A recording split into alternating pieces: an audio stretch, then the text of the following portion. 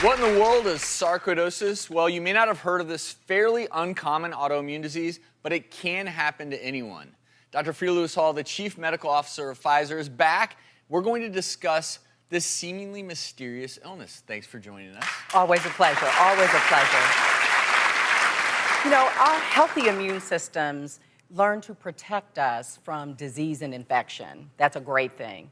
But if you have sarcoidosis, your immune cells may mistakenly harm your healthy cells, leading to inflammation and to tissue and organ damage. Now, it can happen in anyone, but it most commonly occurs in African Americans and people of Northern European descent. And the reason we mention it as a mysterious illness is it can affect nearly every part of the body. It can affect your skin, heart, eyes, liver, kidneys, bones. You're beginning to realize now that wherever these immune cells all clump together, that organ system can be affected, but that's not all. It can affect even more than that.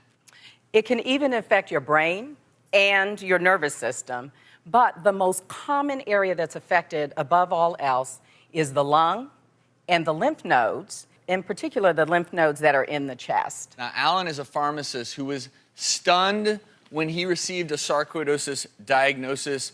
And in Alan's case, it was his heart that was damaged. Alan, thank you for joining us. And we just mentioned that it is a mysterious illness.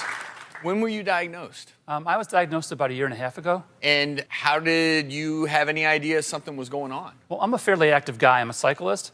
And I started having a hard time keeping up with my buddies while I was out riding. And it got to the point where even climbing a flight of stairs made me so out of breath that I had to sit down and take a rest.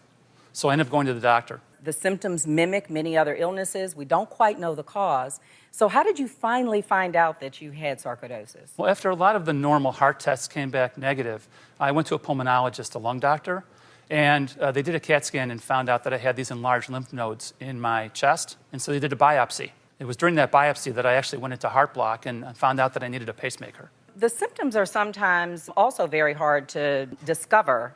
So, because they come on gradually, sometimes they last for years, sometimes they come on quickly and then they go away, and sometimes people don't have any symptoms at all. So what were your symptoms? What was your experience? So for me, the symptoms came on pretty rapidly and went away as soon as I had that pacemaker implanted.